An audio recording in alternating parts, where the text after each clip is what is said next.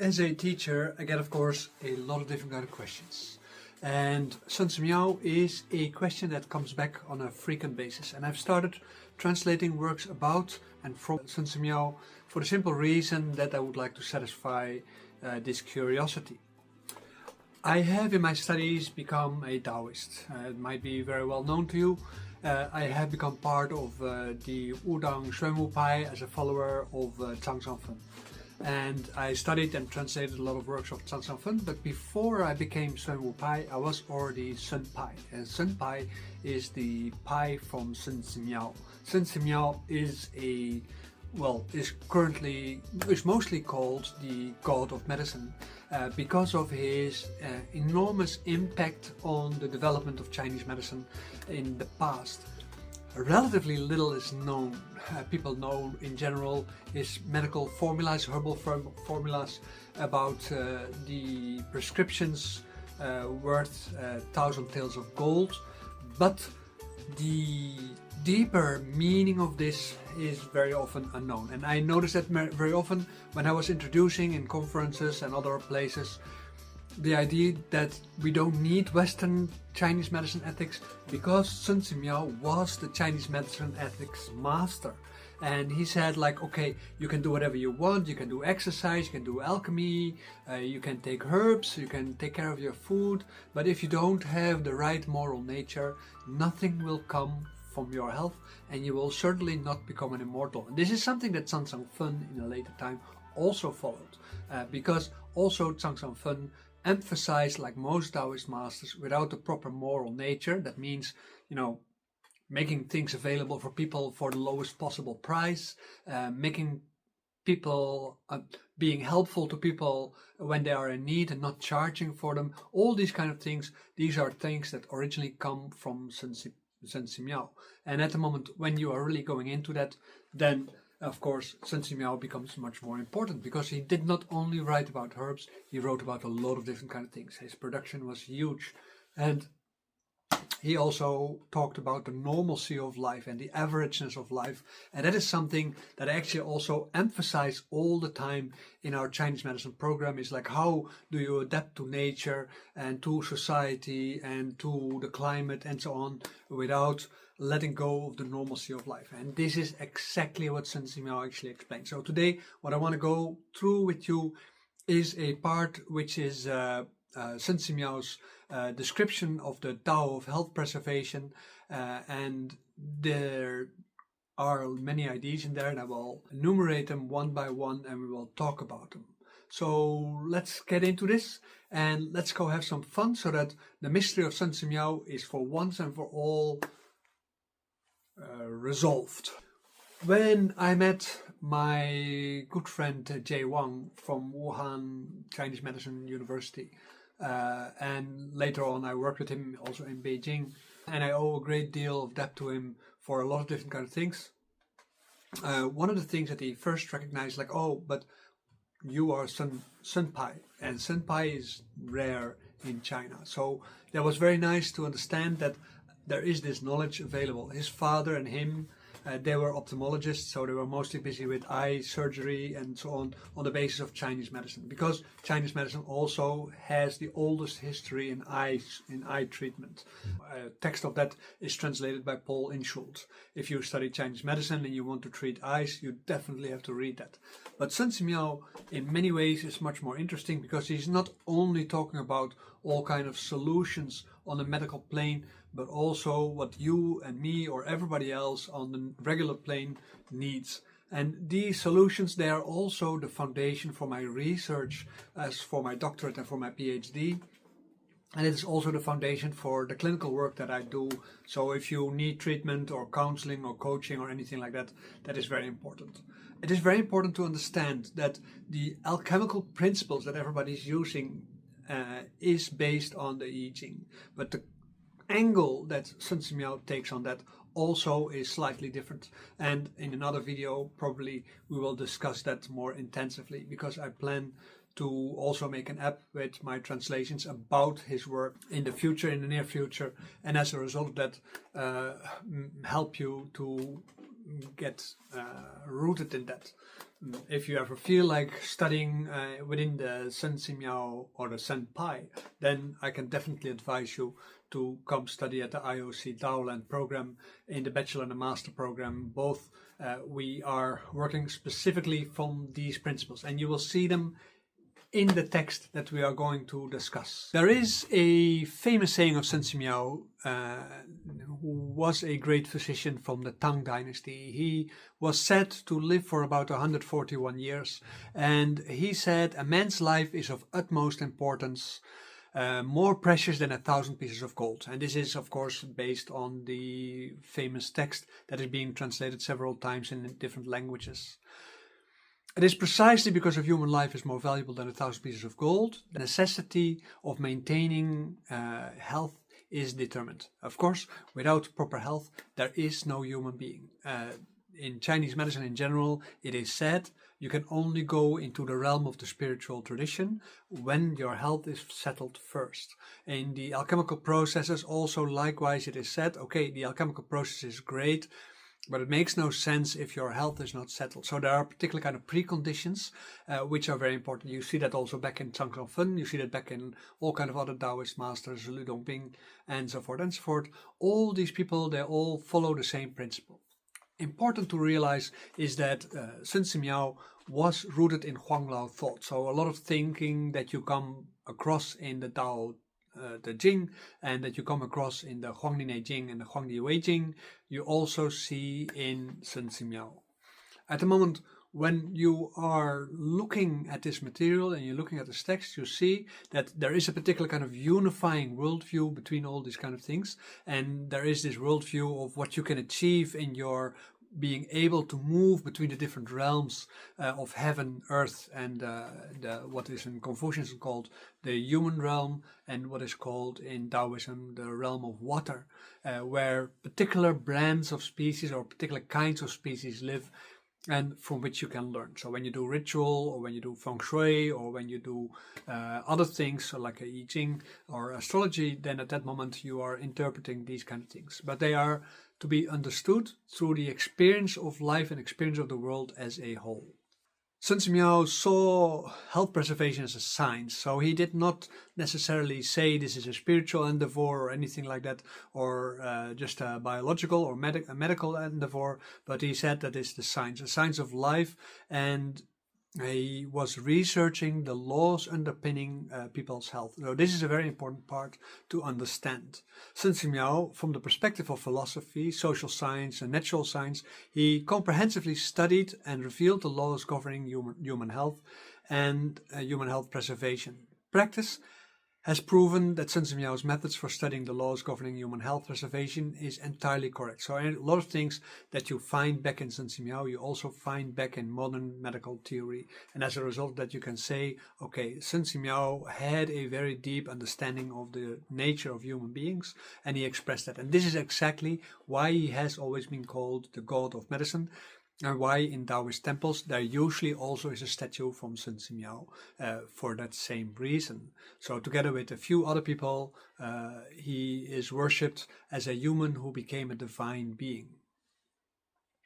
Because of his correct methods, Sun Simao discovered a series of important principles of health preservation, as I said, and we are going to talk about these kind of things. So he, for instance, revealed the close relationship between the economic and the political system in a society, and as a result of that, he was very clear that the nature of the political system and the nature of society and the way how people deal with each other determines if people are going to be healthy or not healthy, what the chances of health, and so on and so on. That means that a person is never healthy because of himself or herself, but everybody is only healthy because of the circumstances of a person. And that is not only climate and landscape that you live in, because they give a preference for particular kind of diseases, but society as a whole, because of its stressful experience, I guess, this is going to make people healthy or sick. So that means that the responsibility for health is not only your own, right? It is important to cultivate yourself so that you become resistant against the problems of your time, This is also what my research is about, and what I invite everybody all the time to join, to become a participant in the research, to be investigated and to see how that would work in society at large, and also to make sure that everybody can have that kind of tools available through very cheap, affordable online courses, so that you can learn that and that you can share it with your family, or when a crisis happens, that you can share it in your community and use it to rebuild a humane society. Because of course that is the kind of society that Sun Simao also sees in a way, although humanism is a Western idea, but he also sees particular kind of qualities of life are coming forth from the way how people deal with each other. And you can say, okay, Christian values are more important, or Confucian values are more important, or Taoist values are more important. This is not necessarily of any importance. What is important is that there has to be a respect for our fellow beings and the reasons why they do things to get a better life. As long as nobody is damaging somebody else's life, they are doing fine. And you can accuse people from doing bad things, but there has to be a justice system, because that justice system also helps people to have a better life. And this is the foundation of healthcare. This is the foundation of medicine also at the same time. So when you are treating a person, you always have to discuss with them their life circumstances. And as you know, many societies nowadays are hugely intolerant, and as a result of that, there are more problems in people's health than ever. And that is something that has not from the last few years, since we have this weird politics that we are in now, but it is something that is starting to build already a long time ago. And Ronald Reagan was the first physical manifestation of this weirdness, and since that time, gradually, step by step, things radicalized, and as a result of that, you get bigger and bigger split that was actually healing from the split at the beginning of the 20th century, and now it's splitting start again, and at this moment we're sitting with the damage of that split. So that is a very important part. So he said those who illegally possess grain and silk or cultivate vast areas, they harvest laboriously, impoverish their farmers, yet reap enormous profit, accumulating vast reserves that last for years, leading to impoverished farmers burdened with debt and deeply entrenched in justice. This is illegality. So that means that wealth at the expense of other people, where other people have to work very hard and you accumulate wealth, that is illegal. According to him, it is a crime to accumulate wealth. And I think this is a fair thing to say. So it is not to say that communism or socialism is necessarily better, but it is a moral crime when you are performing the injustice of earning a lot of money at the expense of other people. It doesn't mean that wealth in itself is not necessarily acceptable, but it means that the way how you accumulate wealth is very important. And there's a lot of companies like all these tech bros, but also communication companies, healthcare companies, and so on and so forth, that all are accumulating money and that are paying out large fees to their bosses. And as a result of that, these people are committing illegality crimes. And as a result of that, they should be punished by having their wealth removed. So a wealth tax of say 50, 60, 70%, more like how it was usual in the beginning of the 20th century and the end of the 19th century in the USA, that actually would not be a bad idea, because it would resolve a lot of problems, because a lot of money that is being hoarded by these people could be used to improve the general quality of society as a whole. And then when everybody is more healthy and there's more surplus in the way how we can live our lives, then at that moment there's less reason to be not taking care of your health, because very often the poverty prevents that you can take care of your health. And that is a very important part. Corruption in any form, in that sense, he is seeing as a impropriety. He says that corruption is stealing from other people. Of course, we all know that it is like that. So any person in small size commits a moral crime when they are corrupt. And we are all knowing about ourselves where we are corrupt ourselves. Because we know, for instance, like, oh, okay, I have problems with my lungs, but I don't want to quit smoking because I like smoking. So this is a corruption. So it is not only in the big things where it's corruption, but corruption is indigenous to all human beings. And that means that Overcoming corruption is a large part of what healthcare ought to do. Not so much giving pills, but is basically helping people to socialize in a better health. And that is important, making the right kind of choices. Sun Simao says also that improper food, improper behavior, improper thinking, and so on, and all these kind of things, they create clashes within ourselves, and these clashes actually help us to become sick. So that means, like, for instance, you're happy, but you're really expressing your happiness very much. That is not going to be very happy for your health, because at that moment your body becomes too hot, your chi scatters, and as a result of that, on the long term, when you do this on a regular basis, that is going to harm you, and you're going to pay for that when you grow older. And I know several people already that I already know for a long time, and I've seen how they were in the past and how they are now. And at this moment, when I compare myself, which is being much more retreated in myself and more calm, that their lives are usually filled with unhappiness, depression,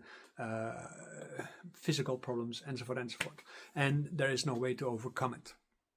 And Taoism, we say, okay, if you make a wrong decision, and especially when you live life in spiritual activities, then at that moment your punishment is bigger than when you don't. So Lao Tzu, for instance, said, like, it's good to be relatively ignorant of the reality, just be busy with the tasks that you have at hand and don't make wrong choices, because at that moment you are being saved a lot of miserable moments. But at the moment when you are having a spiritual life and you make a mistake, then of course there is divinities and ghosts and spirits, they all know about you, and they're going to take something from you to make sure that you are not going to succeed. And that can be pretty severe because it is supposed to be a lesson to you.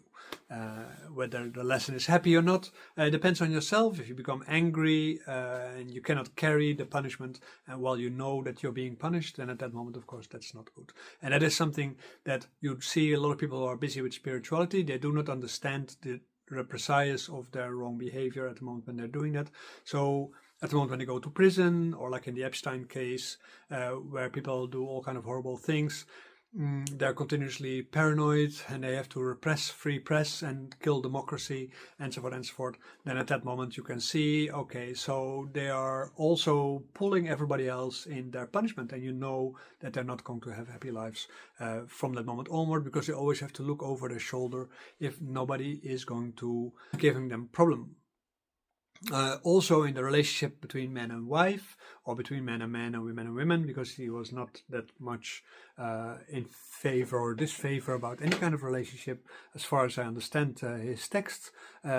He said also that proper behavior between man and wife, or between partners, is very important. So it's not only in government, but also in all kind of other things and small things, the relationship with your children. This is an item that, of course, Confucius also extensively talks about, and that he finds very important, because you prevent problems by ritualizing particular kind of habits, so that you can, because you already know that particular kind of habits are wrong, so as a result that you cannot be seduced to involve yourself for that. And the way how we behave to our children, the way how we scream or whatever kind of things, besides not being helpful, putting boundaries for children is important, but to do that in a structural and thought over way is important. That also means that we ourselves, we have to commit ourselves to the same rules as our children. We cannot say, like, okay, but now I'm an adult, so I can do more than that.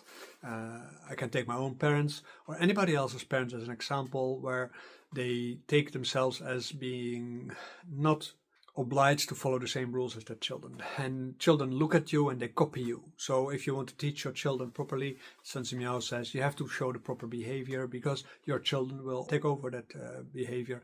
And as a result, that they will improve life for themselves, because of you doing it good, they will be doing it good too. Please do not forget to understand that Sun Simao also lived in feudal times. So he also said, therefore, the things that he said because of the feudal relationships in that time. So he's focused on the problems that time. But at this moment, these things are, of course, different in some ways, but the principles of it, they are actually exactly the same. So he wrote also a text, The Great Physician's Practice and The Great Physician's Sincerity. These are two different kind of texts. And he advocated in their participation of a person in society. So that means doing volunteers job, helping people in your society is very important. So in the courses that I give, especially the courses used for the research, it's also emphasized that you do that not only for yourself. You do not practice only for yourself, but when you learn something, healthcare means you learn something what you can share with your children, your wife, your husband, your parents, your grandchildren, or whatever, whoever you have in your direct environment, but also your neighbors if they're interested, and so on and so on. So that means that every participation in anything should be shared with other people. And that doesn't mean that you should not become qualified. That means that you have to fulfill the proper learning process. And at the moment when you fulfill the proper learning process, because you started it, you should complete it and then actually start teaching that. If you haven't learned anything, if you haven't started the kind of courses or you haven't completed it, you might miss particular kind of essential informations, and as a result of that you should not complete it. So if you go to a teacher, you learn a Tai Chi form and he thinks without having any formal training to do that, just because they think highly about themselves, they say like, oh, I think you can do that, you can now give classes. That is actually wrong. Why is that wrong? Because that person might not be qualified. Not that his Tai Chi Chuan maybe doesn't look nice in your eyes, but you are relatively untrained and he also or she also is relatively untrained, and as a result of that you miss the foundations to do that. So that means that proper qualifications by proper learning over time, knowledge-wise, practice-wise, and socializing-wise, morally-wise, is very important. Sun Simao was a big one on thinking that we should preserve our health by enveloping ourselves with the natural environment. So your house should not be too barren. It should have living elements inside, natural forms, natural colors, and so on. And as a result of that, also handmade things, because handmade things are part of our life. So in some ways, we can see this is very similar to also Steinerian thinking, theosophic thinking in some way. There is also the idea in Sun Simao that a natural environment is very important. So if you live in a city, frequently going to a place where there's nature is important. If there's no nature, struggle with your government to make sure that there will be nature, that there will be parks, that there will be beautiful parks even, and not just rows of trees. Like when I was in Nepal, there was a Central Park, and there was just a field with half-dried grass because it was very warm, and that was not very helpful. So in that sense, this is not enough. So you really have to work on a natural environment. Fortunately, Nepal has a lot of natural environments, so people could very easily go into the outgoing. For this also is important to understand how Chinese traditionally see nature. So for this also maybe sign up on our module on wilderness, because this module on wilderness allows you to realize what they think about wilderness and how that differs from our idea about that. What I think is very funny, because I'm a little bit by nature a hermit, Sun Simao did not necessarily favor to be a hermit. He said that for Taoists it's good, to go into the mountains and to study in the mountains and to stay there. But he also said, he made very clear, he said you go to a monastery for the simple reason that you are going to study to be of better use to society as a whole. So that means that looking for daily life in reality that we live in, and also the averageness of daily life, is a very important part. The chance of becoming an immortal is not big enough to actually dedicate whole life to something like this and then maybe fail. So somebody who lives their whole life in a monastery actually might have a very pleasant life for whatever kind of reasons, but somebody of average or above average intelligence doesn't need that. That means that living in society as a whole is better. This in that sense is closer to Zhengyi thought and Chuanzhen thought. Chuanzhen thought, of course, rooted in Buddhism, says that you have to isolate to discipline your mind and stuff like this. But Sun Simao says these things have to happen in daily life, in daily society.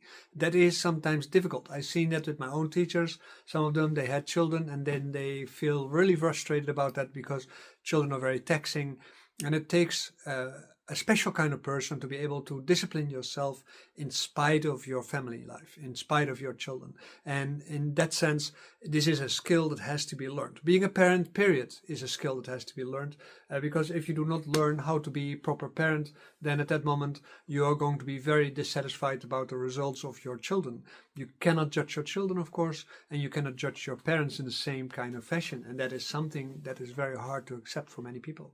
Living deep in the mountains, nice for a while. It is similar like holidays, although Sun Simao also said holidays of no use at all. If you can't use time wherever you go for study and work, it is not time at all. That means that working on your personal cultivation always is very important. Going somewhere to have a nice dinner or a nice drink is always out of the question, because the simple reason is that pleasure is a corruption in that sense. It's not mean that he shouldn't have a pleasure, but he says that the pleasure should come from engaging with life and society as a whole and working together with other people on the betterment of everything, including yourself. So if you do something that makes no sense, like for instance, when you take drugs because you feel like it, or you take alcohol because you feel like it, or you eat meat because you feel like it, even though you know that using these drugs is polluting the environment, eating the meat is polluting the environment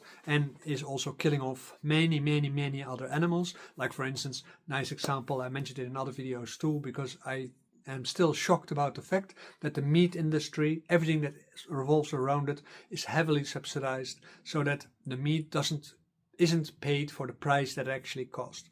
Also, what is very important, 80% of all the biomass in the world is basically for us eating meat.